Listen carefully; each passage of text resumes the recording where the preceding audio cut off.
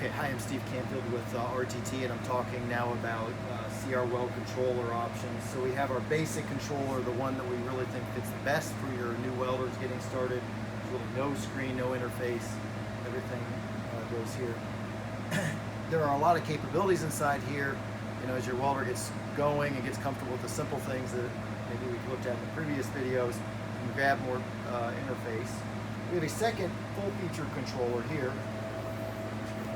Based on a more standard robot pendant, and there are effectively three modes in this. One replicates the features that you get on the other, and that's the screen that's set here. You actually get a real-time feedback on the robot, but you get the standard features, so you can arm and disarm your arc, you get to play in the stop button, you can step through modes, you get weld settings, you get the edit settings that we just talked about here as I'm stepping through.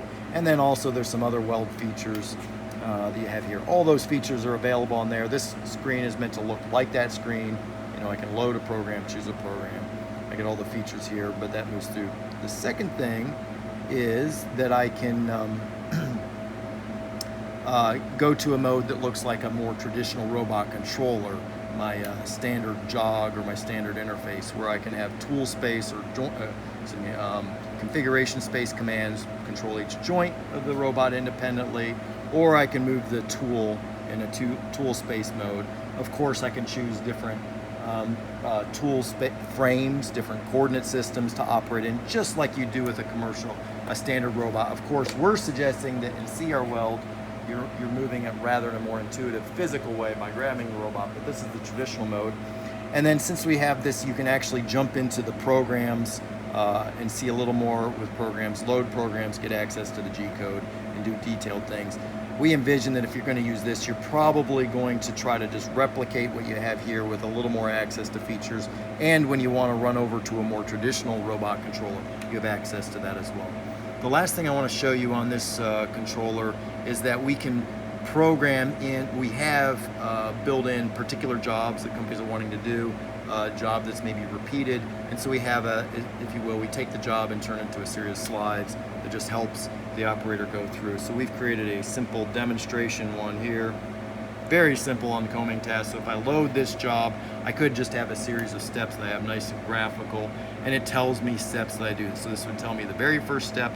We don't exactly know what these steps would be, but it might be load a particular piece in the fixture. When you've got that done, you hit the next. Once you get to the next, it tells you what to do. Drag the robot to the start of the weld, so you say, oh, okay, you move it to the beginning, gives you a little bit of information, graphically what you can do for that job, and then you move to the next. You're ready to start the actual weld. This is a pre-recorded program for the core weld. You can arm the arc and then hit go. When that's done, you move to the next step, and so on. It walks you through the steps. Now this, of course, is an application that some engineer sat down and wrote that out to teach your, they did program it out so that your weld technicians can do. This seems like something you do if you had a regular job that's being repeated. You have different people coming on, and the job's involved enough that you don't want to have to train every person. This slideshow will take you through that. So these are some of the features you get on this machine, this job controller that you don't get on the other job controller.